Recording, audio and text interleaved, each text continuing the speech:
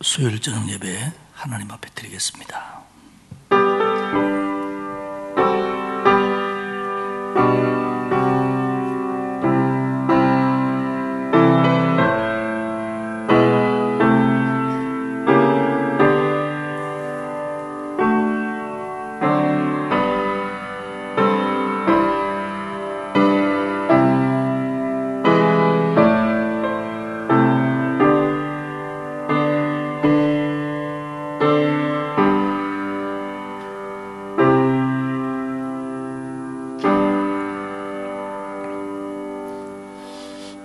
찬송가 279장 부르겠습니다. 이 찬송 부르고 정복주 권사님 기도하시겠습니다.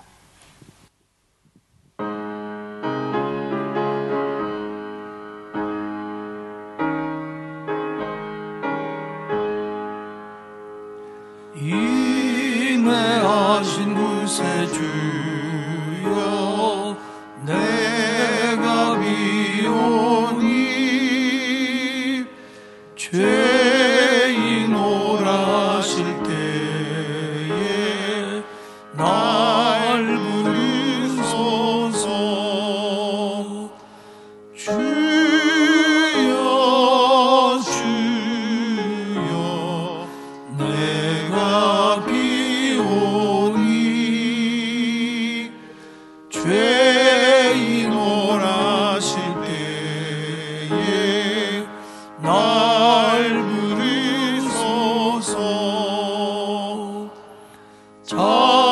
자비하신 보좌 앞에 굴 엎드려 자복하고 회개하니 믿음 주소서. 주여 주여 내가 비오니 죄인 오라 하실 때에 날 부르소서. 주의 공로 의지하여 주께 가오니 상한 마음을 고치시고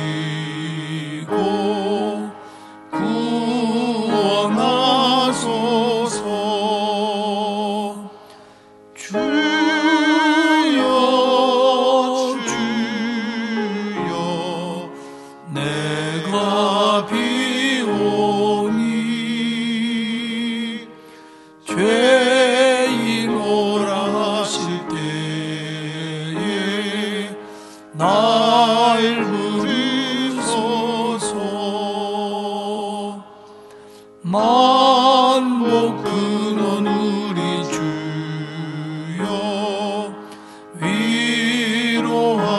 위로하소서.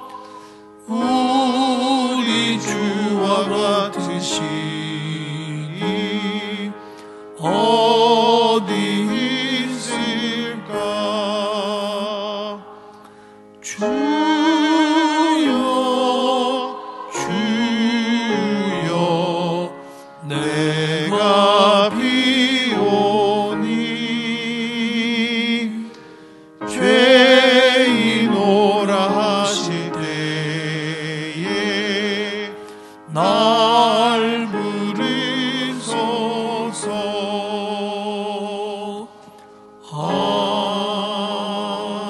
아멘.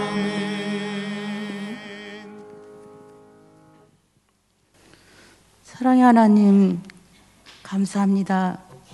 저희들을 지키사 마음으로 믿어 의에 이르게 하시고 입으로 시인하여 구원에 이르게 하시는 나의 주 여호와 하나님, 참 감사합니다.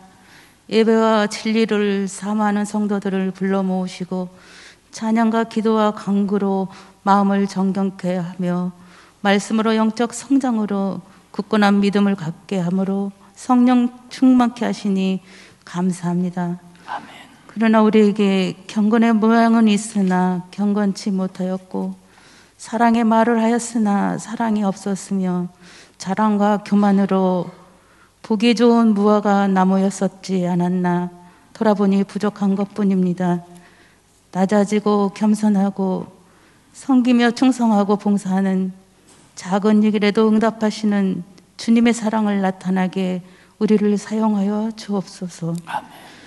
지난주는 교회 창립 50주년 기념 임직 예식이 있어 많은 임직자들을 축하할 수 있었습니다. 각자의 믿음대로 달란트대로 충성된 종으로서 실천하는 직분자의 앞에 주님의 축복이 임하시기를 기도합니다. 이 시간 머리 숙인 직분자 우리 모두도 새로운 다짐으로 우리 교회를 교회다운 진정한 교회로 진리 위에 더대운 예배 드리는 곳, 섬기고 실천하고 주님을 사랑을 전하고 나누는 교회 되게 모두 주님 사용하여 주시옵소서. 아멘. 수능을 앞둔 우리의 자녀 손손들이 있습니다. 저들이 기도하고 배우고 익힌 준비한 모든 것들을 충분히 발휘하고 저들에게 필요한 것들을 주님께서 축복하여 주시옵소서. 아멘. 또한 우리의 자녀들을 축복하사 항상 주님의 자녀로서 앞길의 형통함과 허락하심으로 삶 속에서 만나주시고 예배하는 자 되게 하옵소서. 우리 형제 자매들의 아픔과 고통 속에 있는 많은 자매들이 형제들이 있습니다. 그들을 위해서 기도합니다. 주님의 손, 권능의 손, 능력의 손, 보혈의 손으로 만져주셔서 우리의 기도와 간구를 들어주옵소서. 안진뱅이도 걷게 하시고 혈루증 앓는 여인도 고치시며 죽은 나사로도 고치신 주님 고쳐 주옵소서. 기도밖에 없음을 아오니 주여 기도합니다. 들어주시옵소서. 아멘. 또한 이 시간 누디아 찬양대에 귀한 찬양 올려 예배합니다.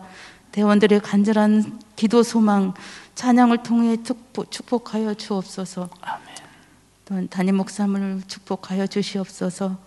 목회를 계획하며 대내에 크신 뜻이 있는 그곳에 성령님 함께 하시고 영적 육적 강건함을 허락하여 주옵소서.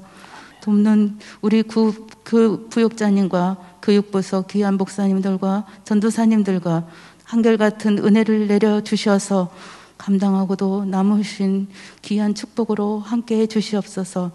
이제 열왕기상 17장 말씀 엘리야와 사르밧 여인의 말씀을 하실 때 뜻으로 잘 알아듣고 하나님의 크신 뜻과 예수 그리스도의 크신 사랑을 실천하며 살아가게 하옵소서. 오늘도 예배 가운데 계시며 우리의 삶과 인생 가운데 동행하시며 나를 버리지도 떠나지도 아니하시며 지키시고 인도하시는 여호와 우리 주 예수 그리스도의 이름으로 기도드립니다. 아멘.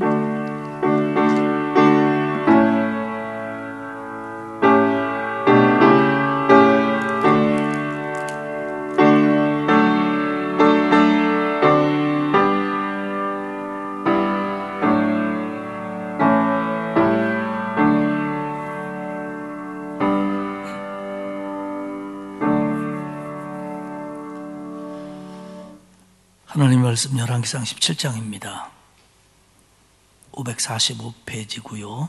17장 1절에서 마지막 절까지 교독하도록 하겠습니다. 열왕기상 17장 1절입니다. 길르앗에 우거하는 자 중에 디셉 사람 엘리야가 아합에게 말하되 내가 섬기는 이스라엘의 하나님 여호와께서 살아계심을 두고 맹세하노니 내 말이 없으면 수년 동안 비도 이슬도 있지 아니하리라 하니라. 여호와의 말씀이 엘리야에게 임하여 이르시되 너는 여기서 떠나 동쪽으로 가서 요단 앞 그릿 시냇가에 숨고 그 시냇물을 마시라. 내가 까마귀들에게 명령하여 거기서 너를 먹이게 하리라.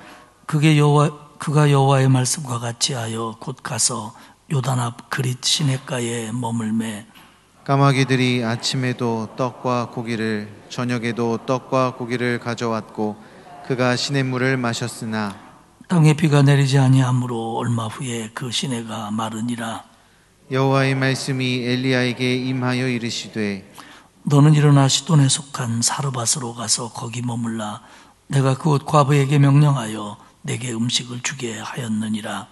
그가 일어나 사르밧으로 가서 성문에 이를 때에 한 과부가 그곳에서 나뭇가지를 줍는지라. 이에 불러 이르되 청하건대 그릇에 물을 조금 가져다가 내가 마시게 하라. 그가 가지러 갈 때에 엘리야가 그를 불러 이르되 청하건대 내 손에 떡 한 조각을 내게로 가져오라. 그가 이르되 당신의 하나님 여호와께서 살아계심을 두고 맹세하노니 나는 떡이 없고 다만 통에 가루 한 움큼과 병에 기름 조금뿐이라. 내가 나뭇가지 둘을 주어다가 나와 내 아들을 위하여 음식을 만들어 먹고 그 후에는 죽으리라. 엘리야가 그에게 이르되 두려워하지 말고 가서 내 말대로 하려니와 먼저 그것으로 나를 위하여 작은 떡 한 개를 만들어 내게로 가져오고 그 후에 너와 내 아들을 위하여 만들라. 이스라엘의 하나님 여호와의 말씀이 나 여호와가 비를 지면에 내리는 날까지 그 통에 가루가 떨어지지 아니하고 그 병의 기름이 없어지지 아니하리라 하셨느니라. 그가 가서 엘리야의 말대로 하였더니 그와 엘리야와 그의 식구가 여러 날 먹었으나 여호와께서 엘리야를 통하여 하신 말씀같이 통에 가루가 떨어지지 아니하고 병의 기름이 없어지지 아니하니라. 이 일 후에 그 집 주인이 되는 여인의 아들이 병들어 증세가 심히 위중하다가 숨이 끊어진지라. 여인이 엘리야에게 이르되 하나님의 사람이여 당신이 나와 더불어 무슨 상관이 있기로 내 죄를 생각나게 하고 또 내 아들을 죽게 하려고 내게 오셨나이까. 엘리야가 그에게 그의 아들을 달라 하여 그를 그 여인의 품에서 받아 안고 자기가 거처하는 다락에 올라가서 자기 침상에 누이고 여호와께 부르짖어 이르되 내 하나님 여호와여 주께서 또 내가 우거하는 집 과부에게 재앙을 내리사 그 아들이 죽게 하셨나이까 하고 그 아위 위에 몸을 3번 펴서 엎드리고 여호와께 부르짖어 이르되 내 하나님 여호와여 원하건대 이 아이의 혼으로 그의 몸에 돌아오게 하옵소서 하니 여호와께서 엘리야의 소리를 들으심으로 그 아이의 혼이 몸으로 돌아오고 살아난지라. 엘리야가 그 아이를 안고 다락에서 방으로 내려다가 그의 어머니에게 주며 이르되 보라 내 아들이 살아났느니라. 여인이 엘리야에게 이르되 내가 이제야 당신은 하나님의 사람이시오 당신의 입에 있는 여호와의 말씀이 진실한 줄 아노라 하니라. 아멘. 누디아 찬양대가 하나님 앞에 영광을 돌리겠습니다.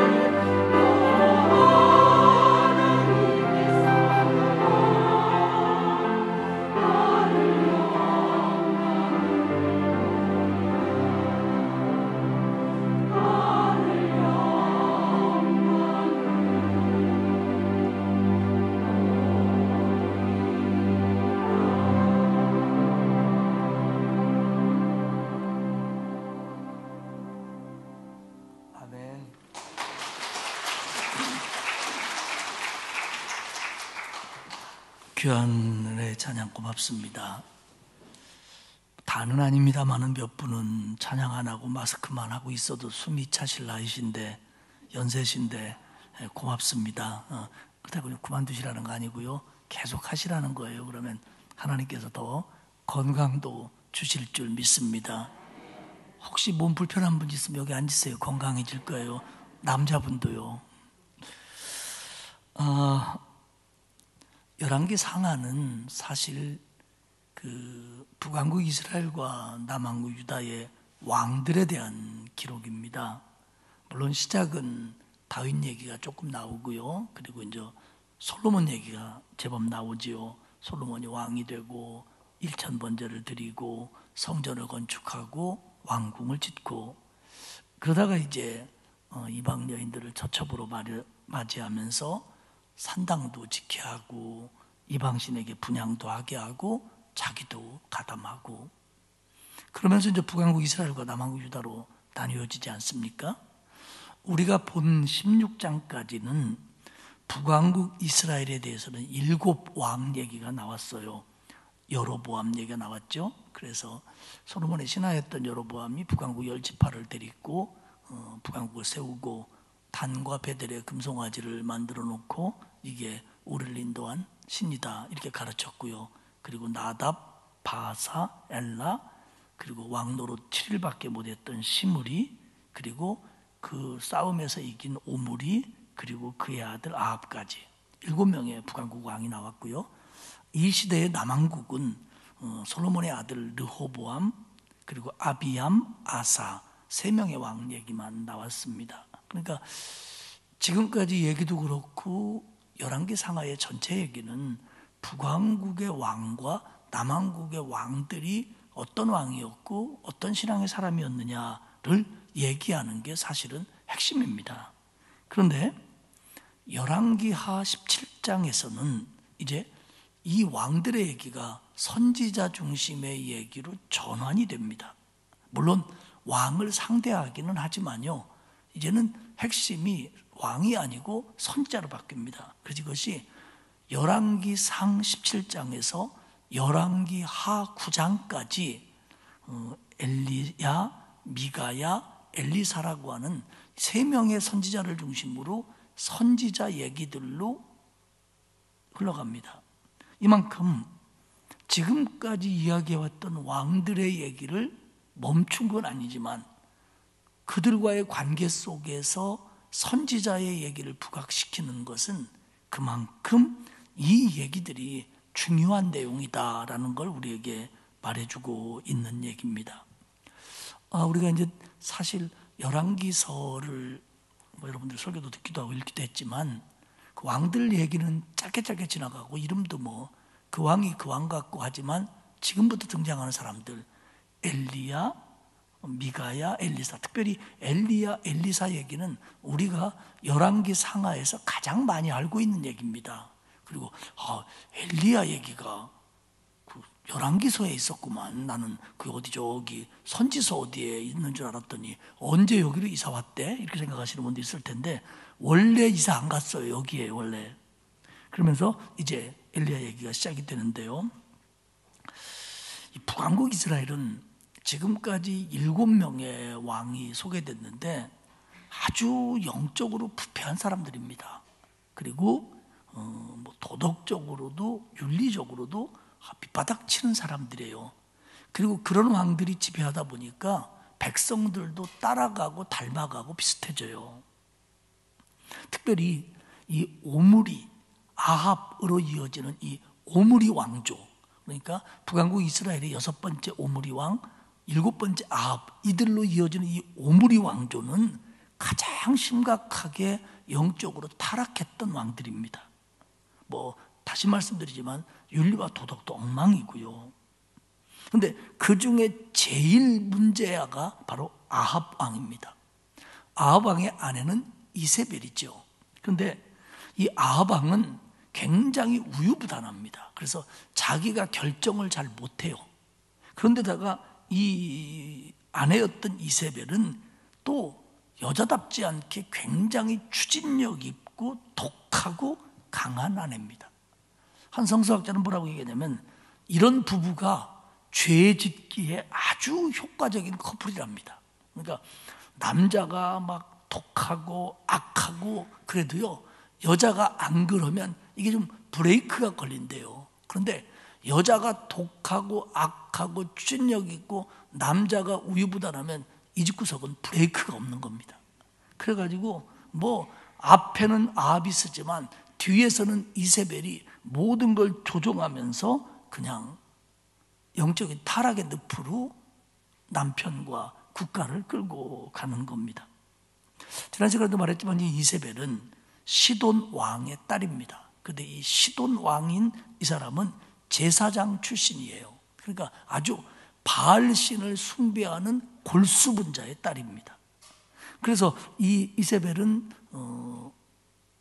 이제는 사마리아로 시집 와가지고 남편과 함께 뭘 하냐면 사마리아, 그러니까 북왕국의 수도가 이제 디르사에서 사마리아로 이사 왔거든요.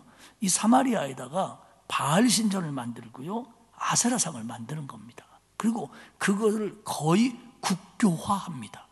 그러니까 북왕국이든 남왕국이든 이 유대나 이스라엘 백성들의 기본적인 신앙은 여호와 신앙인데, 그 여호와를 섬기는 자들의 선지자들을 핍박하고 죽이고 못 섬기게 하고 바알 산당을 짓고 아세라 목상을 세워서 바알신을 섬기고 아세라신을 섬기는 것을 국교화하면서 북왕국 이스라엘을 그렇게 이끌어가는 거예요. 그러니까 이게 완전히 영적으로 정말 이게 과연 이스라엘일까, 이게 과연 아브라함의 자손일까 할 정도가 되는 공동체가 되어버렸습니다. 이때 등장하는 사람이 바로 엘리야입니다. 17장 1절에 보면 길르앗에 우거하는 디셉 사람 엘리야가 등장합니다. 이 디셉이라는 곳이 정확하게 어디인지는 잘 안 나타나 있는데요, 엘리야라고 하는 이름은 여호와가 하나님이시다, 나의 하나님은 여호와다, 이런 뜻입니다. 그러니까 엘리야는 하나님을 섬기는 사람이죠. 그런데 그가 하나님의 지시에 따라 열왕기상 17장 1절에서 그렇게 얘기합니다. 내가 섬기는 이스라엘의 하나님 여호와께서 살아계심을 두고 맹세하노니 내 말이 없으면, 물론 이건 하나님의 말씀이죠, 내 말이 없으면 수년 동안 비도 이슬도 있지 아니하리라. 여러분 짐작하시겠지만 이 부분이 왜 중요하냐면, 지금 이세벨이 가장 믿고 있는 신이 바알 아닙니까? 그리고 가나안에서 최고의 우상 그러면 바알입니다. 그런데 이 바알은 우레의 신입니다. 우레의 신. 천둥을 치고 번개를 치게 하는 신인데, 그러다 보니까 그가 비를 통제하고 추수를 통제한다는 거예요.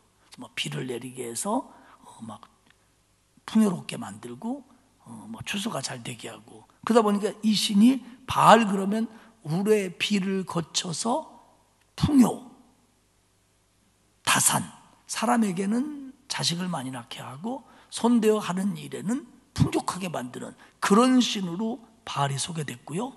그리고 특별히 그러기 위해서 가나안에서 절대적으로 필요한 건 비입니다. 비.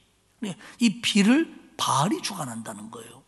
정말 비를 바알이 주관한다면 가나안 사회 속에서 모든 사람들은 바알을 숭배했어야 되고 이스라엘에 비가 안 올 리가 없어요. 왜냐하면 이세벨 때 바알에 대한 신앙이 최고조로 올라갔거든요. 그러니까 이 북왕국 이스라엘에 비가 안 내릴 수가 없어요. 왜? 바알이 그렇게 바알을 섬기는데. 이 얘기는 뭐냐면 결국 바알은 비하고는 아무 상관없는 거라는 거예요. 가나안의 고대 사회 속에서 그들은 비가 내리지 않는 것은 가뭄은 신이 내리는 저주라고 생각을 했습니다. 예전에 우리도 비슷했죠. 그래서 비가 내리지 않으면 무슨 죄를 지내죠? 기후죄를. 이게 뭐 신이 노했다고. 그리고 옛날에는 그때 왕들이 막 바닥에 앉아가지고 우리로 표현하면 회개죠. 그런 것까지 하면서 하늘에 빌고 그랬어요. 비 좀 내리게 해달라고. 하늘이 신이 비 못 내리게 하니까 그렇게 생각을 했습니다. 그러니까 바알을 믿는 사람들은 더한 거예요. 바알이 비를 주관하는데 바알을 잘 섬기는데 비가 오지 않는다. 이건 굉장한 모순을 일으키는 거죠. 엘리야는 하나님의 말씀이 나를 통해서 내리기 전에는 비가 수년 동안 이슬까지도 내리지 않을 거다, 그렇게 얘기하고 하나님의 지시에 따라 요단 앞 그릿 시냇가로 숨습니다. 처음에는 아합과 이세벨이 그 얘기를 듣고서 별로 제재를 안 했어요. 별 이상한 녀석 다 봤네, 그렇게 생각했을 거예요. 근데 정말 시간이 지나면서 비가 내리지 않으니까 마치 아합과 이세벨은 엘리야 때문에 비가 안 내리는 것처럼 그놈이 그 소리 해가지고 비가 안 오는 거다. 그리고 그런 말을 한 녀석을 남겨두면 안 되겠다. 그래서 죽이려고 합니다. 그런데 이 그릿 시냇가에서 어느 정도 숨을 수 있었어요. 그러면서 하나님이 엘리야를 그릿 시냇가로 가라고 하면서 뭐라 했냐면 그 시냇물을 먹어라. 그리고 내가 까마귀에게 명령해서 거기서 너를 먹이게 하겠다. 그리고 6절에 보면 이 까마귀들이, 우리나라 까마귀는 까마까마해서 잊어버리는데 얘네 까마귀는 잊어버리지도 않고 아침에도 떡과 고기를, 저녁에도 떡과 고기를 가져왔고 그가 시냇물을 마셨다, 이렇게 얘기합니다. 그러니까 엘리야가 사실 이제 하나님께서 너 그렇게 얘기하라니까 얘기했고 그릿 시냇가에 있으라니까 갔는데, 그래서 사실 아합과 이세벨의 그 어떤 추격 혹은 뭐 위협 이런 것도 보호를 받기는 했는데, 사실 이게요, 하나님이 거기 물 있으니까 먹어라, 까마귀가 먹일 거다 하니까 갔다라고 하지만 사실 이게 그렇게 쉽게 동의하기 어려운 일이에요. 왜냐하면 까마귀라고 하는 놈은 길들여지는 새가 아닙니다. 그러니까 이 까마귀가 뭘 갖다 준다? 이거 믿기가 참 어려워요. 그리고 까마귀는요, 썩은 고기를 좋아해요. 근데 엘리야한테는 썩은 고기는 안 갖다 준 것 같아요. 그러니까 이런데 엘리야가 까마귀를 통해서 먹을 걸 준다는 말을 믿고 그릿 시냇가로 간다고 하는 것이 쉬운 일은 아니에요. 그리고 그릿 시냇가라고 하는 곳이 엘리야가 너무 잘 알고 있는 곳인데 거기에 시내들은 와디입니다. 다시 말하면 비가 올 때는 물이 흐르지만 비가 오지 않으면 물이 흐르지 않는 채 하천 모양만 있는 그런 광야나 사막 같은 데 있을 수 있는 이 건천들. 그러니까 우리 물들은 솟아난다든지 비가 와서 산의 나무들이 머금다가 산으로부터 흘러온다든지 아니면 뭐 수원지가 있어서 거기서부터 흘러온다든지 아니면 다른 나라 같으면 뭐 빙하가 녹는다든지 이렇게 수원이 끊임없이 생기는 곳의 강들이, 시내들이 마르지 않는 겁니다. 근데 이 이스라엘의 이 광야 속에서, 물론 뭐 요단강은 갈릴리라고 하는 큰 호수에서부터 수원이 있어서 물이 흐릅니다마는 대부분의 그 이스라엘에 잠깐 있다가 없어지는 시내들은 뭐냐면 비가 막 쏟아지면 이게 나무들이 없으니까 나무들이 물을 못 먹으니까 그냥 물이 막 우리 홍수나스처럼 막 흐릅니다. 막 흐르다가 비가 그치면 바다까지 가는 게 아니라 가다가 어디선가 슬쩍 말라버려요. 이게 그들의 시내의 보통적인 모습이거든요. 그리고 성서학자들은 지금 얘기하고 있는 이것도 바로 그 와디, 건천이라는 겁니다. 그러면 비가 내리지 않는다고 얘기했고요, 비가 오지 않을 거예요. 그러면 그 물은 금방 마른다는 걸 엘리야는 너무 잘 알고 있어요. 그러면 그 물이 마를 걸 뻔히 알고, 그리고 까마귀를 통해서 먹을 걸 줄 테니까 그릿 시냇가에 숨어 있어라, 이걸 따른다고 하는 것도 쉬운 일은 아닙니다. 정말로 믿음 없이는 따를 수 없는 말씀이에요. 하긴 하나님의 말씀이 모든 게 다 믿음 없이는 따를 수 없는 말씀이지요. 근데 엘리야가 이걸 받아들입니다. 아니나 다를까요? 7절에 보면 얼마 후에 그 시내가 마르니라. 이제 그릿 시냇가에서는 더 이상 엘리야가 버티기가 어려운 상황이 된 겁니다. 그때 하나님은 8절에서 9절에서 보면 시돈에 있는 사르밧으로 가라, 이렇게 얘기합니다. 9절을 볼까요? 너는 일어나 시돈에 속한 사르밧으로 가서 거기 머물라. 내가 그곳 과부에게 명령하여 내게 음식을 주게 하였느니라. 이것도 또 영 선뜻 따르기에 걸리는 게 많아요. 시돈. 이 누구 고향입니까? 이세벨의 고향이에요. 이세벨. 지금 자기를 죽이려고 찾는 이세벨의 고향이 시돈이고, 사르밧은 시돈에 속한 읍으로서 한 13km밖에 안 떨어져 있어요. 지중 해변으로. 그러니까 지금 나 같으면 아니 거기 사자굴 아닙니까? 저게 소굴로 왜 하필 거기로 들어가라고 합니까? 반대쪽으로 좀 가라고 하시지, 이렇게 생각했을 것 같아요. 근데 사실은 거기 가고 보니까 설마 거기로야 도망갔으랴 하고 엘리야를 못 찾아요. 그러니까 하나님의 지혜가, 하나님의 미련함이 인간의 똑똑함보다 훨씬 지혜로운 거거든요. 근데 또 하나 걸리는 건 하필 그 동네 과부한테 얘기해놨다네요. 요즘에는 혼자 되신 여인들도 뭐 하실 수 있는 일이 많고, 또 뭐 야무지고 알뜰해서 돈도 많이 모으고, 요즘에는 좀 뜸합니다만 그 전에 뉴스 보면 뭐 학교 앞에서 떡볶이 장사하고 김밥 팔았던 할머니가 뭐 20몇 살부터 과부대가 혼자 사셨는데 모아가지고 그 학교에다가 뭐 몇억을 냈다, 몇십억을 냈다, 이런 얘기 흔했거든요. 저는 그걸 들을 때마다 그런 생각이 들었어요. 왜 우리 교회는 그런 분이 없을까? 우리 교회 혼자 사시는 분 많은데. 근데 이때는 혼자 된 여인들이 할 수 있는 일이 없어요.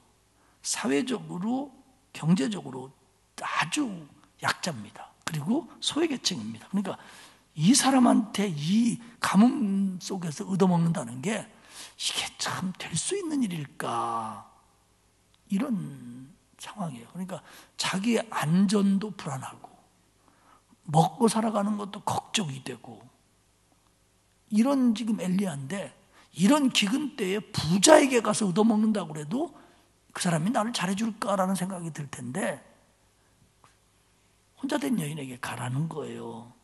근데 다시 말씀드리지만 이것이 아합의 추격을 피하는데 좋은 아이디어였고, 하나님이 정말 먹고 살 수 있도록 책임져 줬습니다. 10절에 보면 사르밧에 가서 과부를 만났어요, 그 여인을. 근데 그 여인이 나물가지를 줍고 있더라는 거예요. 그 밥을 하려고, 빵을 찌려고, 떡을 찌려고. 그러니까 엘리야가 말을 겁니다. 나 물 좀 조금만 먹게 해달라. 사실 이런 때 물 달라고 하는 것도 이게 참 이쁜 짓은 아니거든요. 그런데 뭐 이 여인이 뭐 착한 여인이니까 물을 가지러 가는데 뒤통수에다 대고 떡 한 조각만 갖다 달라, 맡긴 사람처럼 이야기를 해요. 여인이 대답합니다. 12절에 나 떡이 없고 내가 있는 거라는 것은 그저 그릇에 가루 한 움큼, 그리고 그거 떡빵 만들 기름 조금, 이것뿐이다. 그리고 내가 이것으로 음식을 만들어 먹고 우리 가족이 더 이상은 못 먹고 아마 굶어 죽게 될 거다, 이렇게 설명을 합니다. 그러니까 내가 주고 싶어도 줄 것도 없고 우리도 마지막 먹고 이거 죽게 될 거다. 그러니까 엘리야가 13절과 14절에 얘기하는 게, 두려워하지 말고 네 말처럼 해라. 그래, 그 한 움큼의 가루와 그 기름으로 떡을 만들어라. 그 대신 만들어서 나부터 갖다 주고 그 다음에 너와 내 아들을 위해서 만들어라.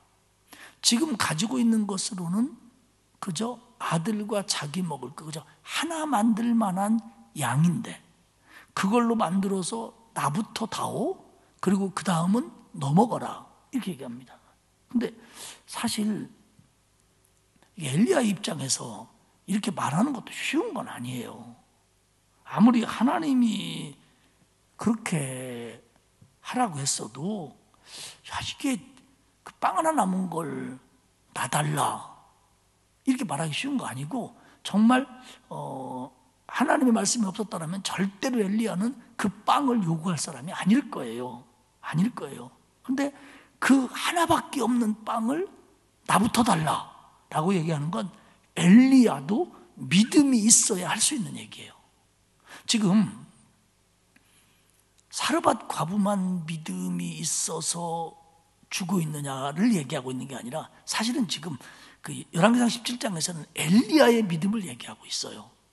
그 아합과 이세벨에게 가서 담대히 말할 수 있는 거, 그리고 그릿시레가에 가서 하나님의 전폭적인 보호와 인도하심을 신뢰하고 거기서 사는 거, 그리고 적지요 소굴인 시돈 마을인 사르밧으로 가서 거기서 과부한테 손님이 되어서 얻어먹고 살으라고 하는 거, 이거 엘리야로서는 정말로 믿음이 없이는 할 수 없는 말과 행동들입니다.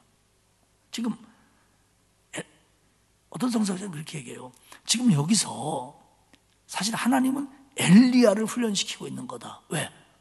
아합과 이세벨하고 붙어야 되니까.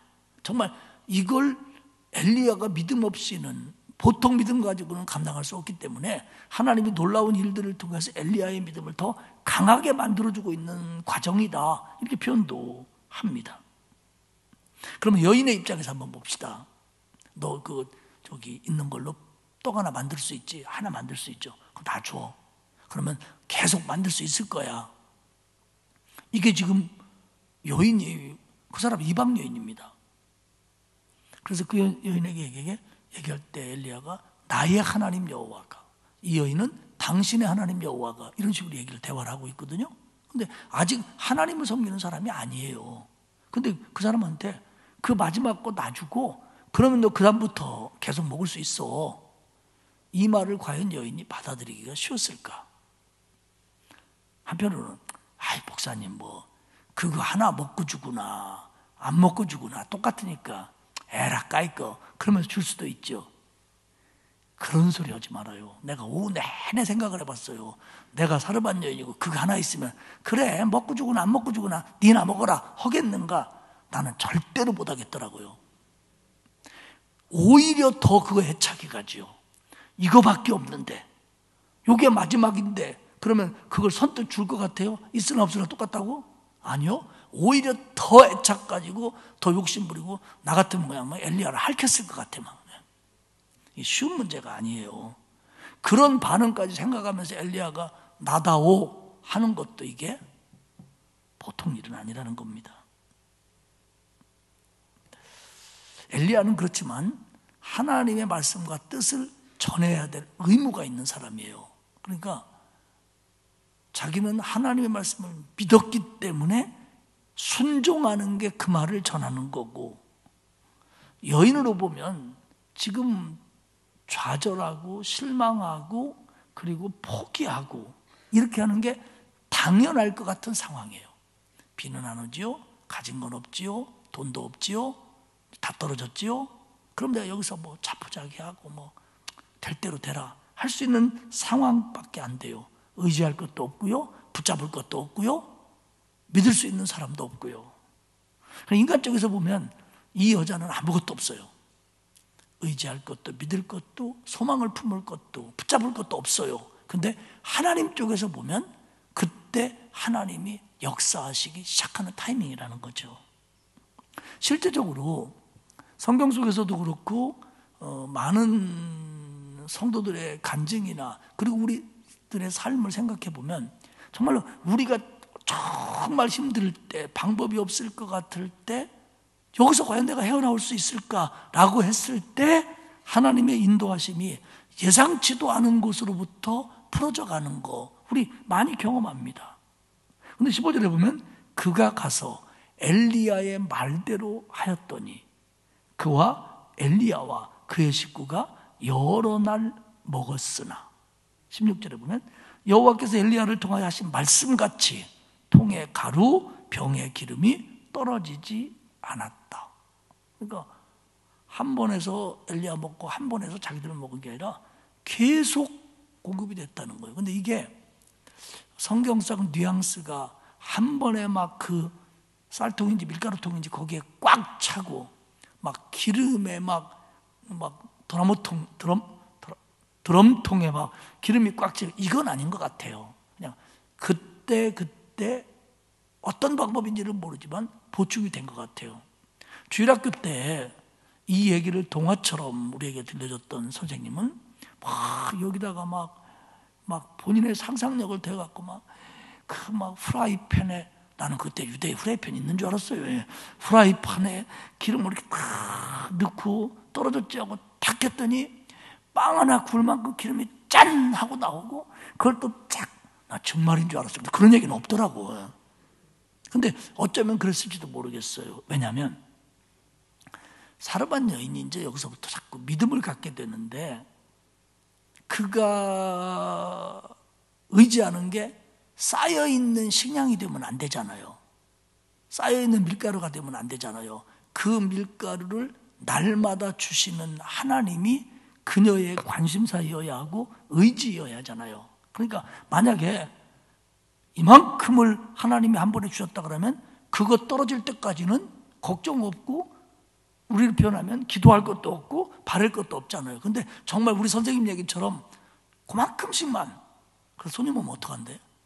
하여간 그만큼씩만 줬다고 그런다면 또 의지해야 되고 또 기도해야 되고 또 소망을 가져야 되고 그랬을 것 같아요. 그러니까 그게 더 맞는 것 같기는 해요. 근데 모르겠어요. 성경은 그런 표현은 얘기하지 않고 있습니다. 다만 하나님이 그녀를 책임졌다는 거예요. 엘리야와 그녀와 아들을 하나님이 책임졌다는 거예요. 그래서 그 가뭄에도 계속해서 먹을 수가 있었다라는 얘기입니다. 여기서 이제 이 여인과 얘기가 딱 끝나면 얼마나 해피엔딩이고 좋아요. 근데 우리가 아는 것처럼 그 집 아들이 죽습니다. 17절과 18절에 보면 여인이 엘리야에게 이르되 하나님의 사람이요 당신이 나와 더불어 무슨 상관이 있기에, 뭐 생략된 말이 있습니다. 왜 나한테 와가지고 우리 집에 와가지고 내 죄를 생각나게 하고 또 내 아들을 죽게 하려고 나한테 온 겁니까? 사실 아니죠.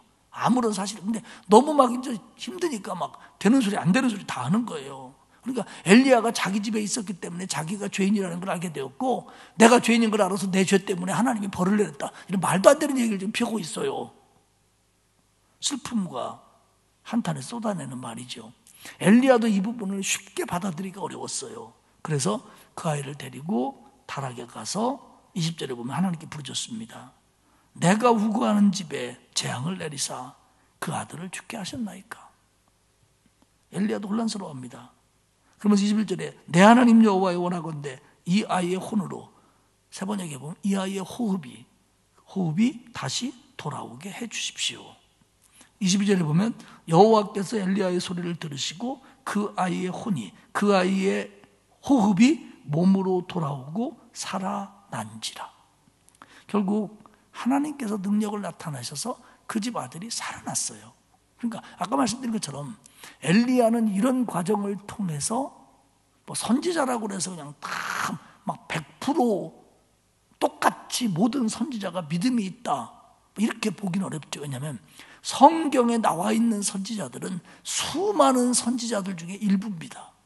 어떤 선지자들은 우리가 이름도 모르는 선지자들 나오잖아요. 어떤 선지자가 뭐 이렇게 나오기도 하고요. 그러니까 엘리야도 이런 과정을 통해서 믿음을 더 갖게 되는 거죠. 아까 말씀드린 것처럼 그래야 아합과 이세벨과 붙을 수 있으니까 이렇게 하시는 겁니다. 결국 엘리야도 사르밧 여인도 하나님을 믿습니다. 이제 사르밧 여인도 이제 정식으로 하나님을 믿게 되는데, 하나님을 믿는다고 하는 건 하나님의 말씀을 믿는 거예요. 하나님이 살아계시고 하나님의 그 말씀대로 이루신다는 걸 믿는 거예요. 그러니까 엘리야는 하나님의 말씀을 듣고 믿습니다. 그 순종하지요. 그 순종이 뭐냐면 하나님 말씀대로 말하고 하나님 말씀대로 가고 하나님 말씀대로 선포하고, 이게 이제 엘리야의 믿음이에요. 여인의 믿음은 하나님의 말씀에 순종하여 하나님을 알게 되고 그런 과정 속에서 엘리야를 도울 수 있는 그런 역할을 감당하게 되는 겁니다. 사랑하는 여러분, 분명한 것 하나는, 오늘 이 엘리야 얘기가 제가 주일학교 때 들었던 동화 같은 얘기처럼 우리 귀에 들려오고 거기에 이루어졌던 디테일한 부분들을 우리가 다 알 수 없다고 할지라도 분명한 것 하나는 뭐냐면, 믿고 순종할 때 하나님의 역사가 나타난다는 겁니다. 사랑하는 여러분, 믿고 순종할 때 하나님의 역사가 나타납니다. 할렐루야. 믿고 순종할 때 하나님의 기적이 나타나는 거예요. 그리고 그 하나님의 역사는 뭐냐? 책임져 주시고 인도해 주시는 역사예요. 그리시네가 거기도 믿을 수 있는 게 없어요. 그 물도 곧 마를 물이고요. 아니 세상에 어떻게 까마귀를 믿어요. 그 썩은 고기 좋아하고 까마까마하고 자꾸 잊어버리는데 하나님이 시켜도 제가 그냥 깜빡 잊었습니다. 우리 안 갖다 주면 어떡해요.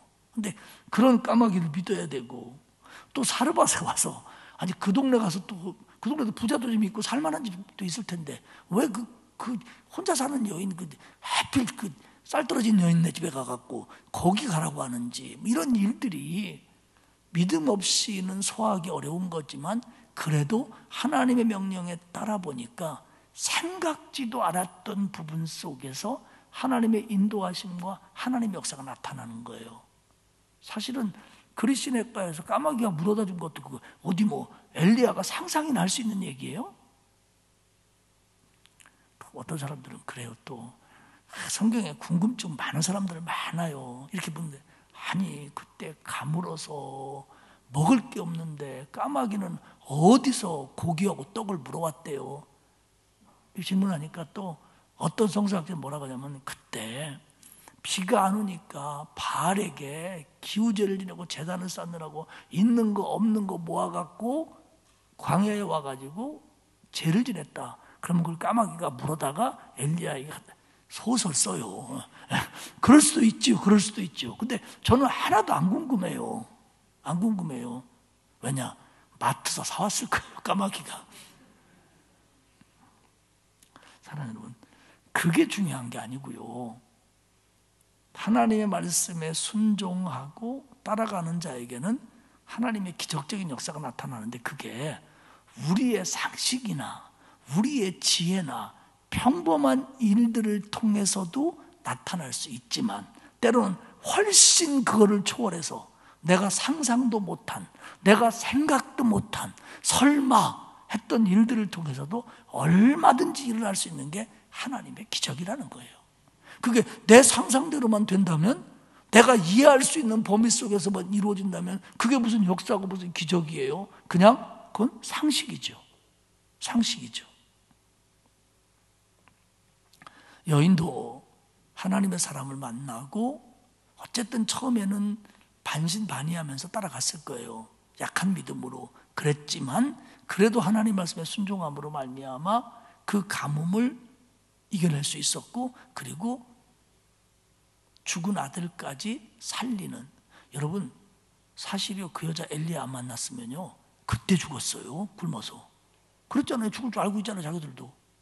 근데 엘리야를 만나는 바람에 시간이 오히려 길어진 거지. 그리고 또 하나님의 역사로 나타나잖아요. 자, 우리 24절을 한번 같이 읽읍시다. 한번 띄워줘 보시죠. 24절 시작. 여인이 엘리야에게 이르되 내가 이제야 당신은 하나님의 사람이시오 당신의 입에 있는 여호와의 말씀이 진실한 줄 아노라 하니라. 지금요, 이 여인이 지금 전에도 엘리야를 하나님의 사람이요 이렇게 불렀거든요. 그리고 나름대로 그 하나님의 말씀이라고 하는 말에 순종을 했어요. 그런데 여기서 뭐라고 하냐면 이제야 당신이 진짜 하나님의 사람이요 당신 입에서 나오는 여호와의 말씀이 진실하다는 걸 내가 알았습니다. 이렇게 표현해요. 그러니까 무슨 얘기냐면 처음에는 안 믿고 거짓말했다는 게 아니라 이렇게 믿음이 성장해져 갔다는 거예요. 어려움을 겪고 역사를 보고 그러면서 믿음이 성장해 오는 거죠. 이 여인도, 엘리야도 마찬가지예요. 이 일을 겪으면서 엘리야도 담대함이 커지고요 믿음이 더, 하나님 의지하는 믿음이 커지는 거예요. 그래서 하나님 앞에 더 쓰임 받는 거예요.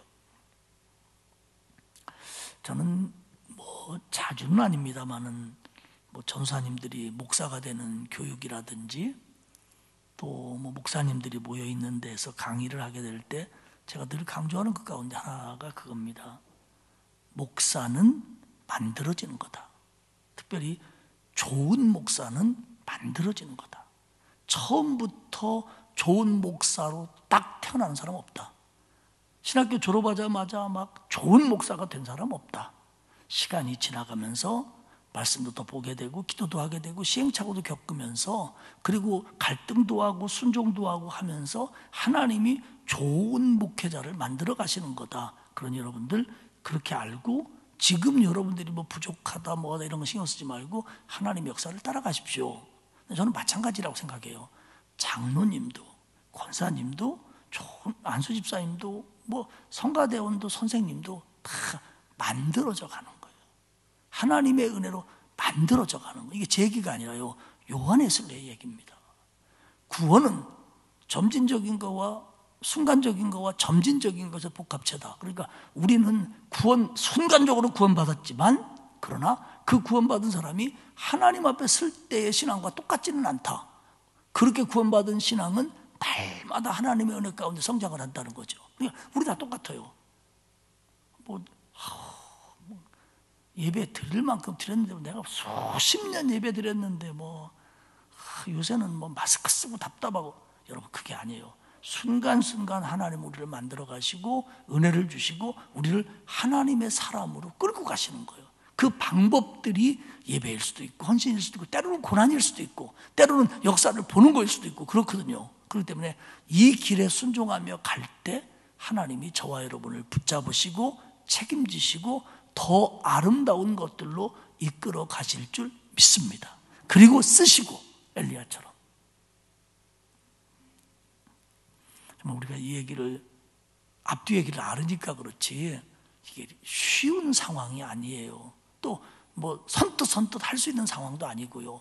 그런데 그들은 하나님의 은혜로 순종하면서 이 일들을 감당해 간다는 거죠.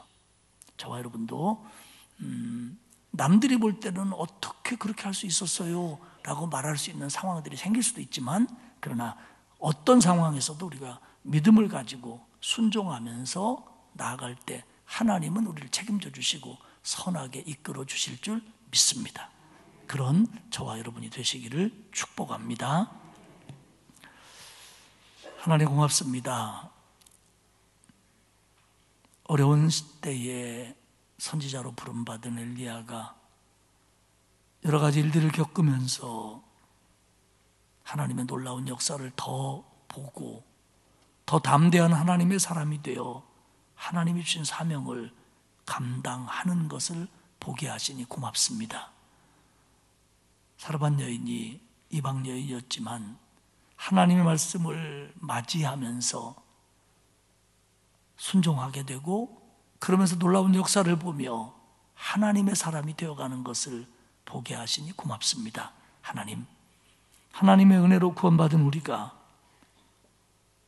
늘 얕은 신앙에 머물러 있지 말게 하시고 그 말씀에 순종하며 감으로 말미암아 하나님의 역사를 보고 하나님이 붙들어 주시고 인도하시는 그 하나님의 놀라운 계획 속에 서 있음을 깨달아 더 좋은 일꾼, 더 좋은 성도 되어가는 우리가 될 수 있도록 은혜를 베풀어 주옵소서. 감사드리며 예수님의 이름으로 기도합니다. 아멘. 545장 찬송하겠습니다.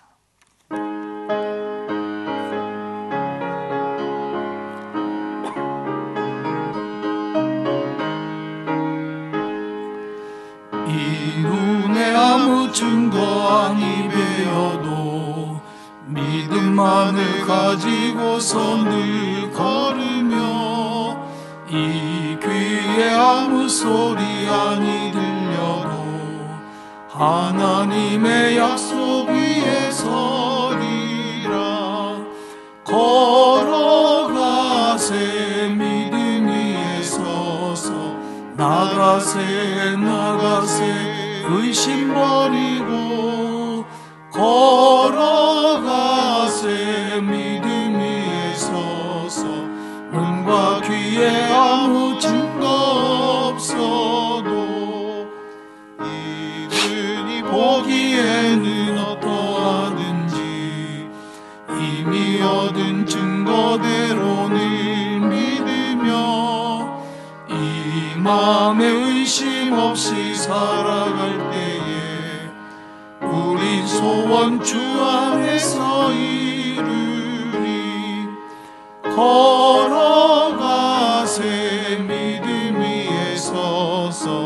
나가세 나가세 의심 버리고 걸어가세 믿음 위에 서서 눈과 귀에 아무 증거 없어도 주님의 거룩함을 두고 맹세한 주 하나님 아버지는 참 기쁘다.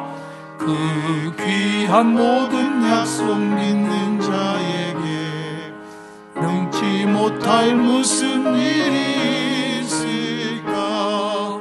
걸어가세 믿음 위에 서서 나가세 나가세 의심 버리고 걸어가세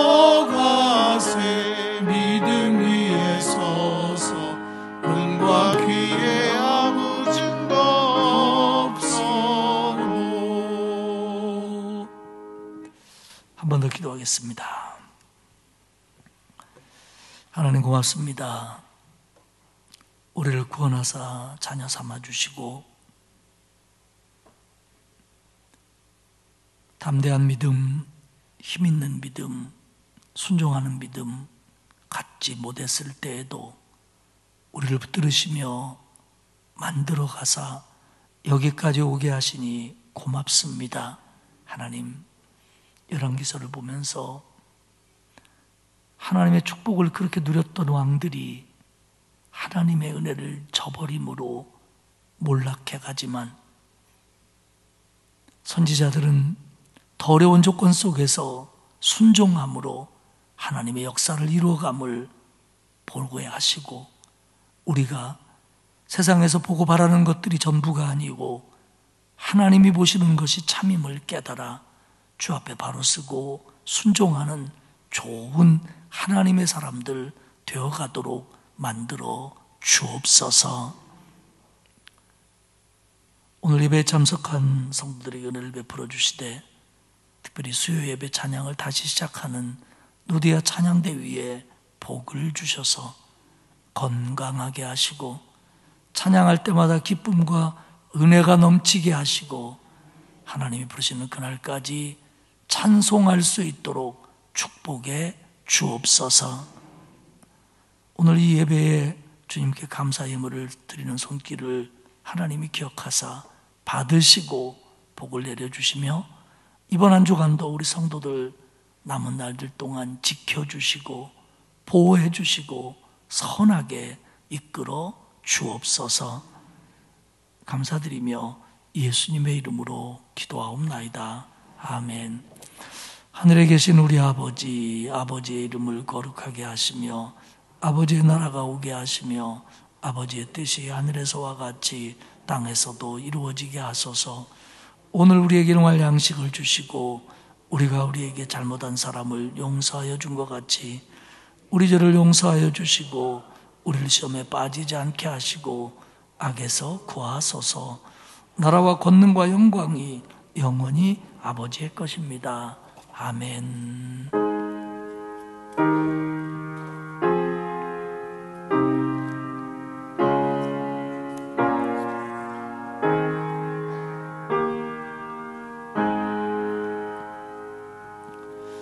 우리 주신 말씀 붙들고 내 생각, 내 상식, 내 이해를 뛰어넘어 하나님 말씀에 전폭적으로 순종해서 하나님의 역사를 보는 사람 되게 해달라고 다 같이 함성으로 기도하겠습니다.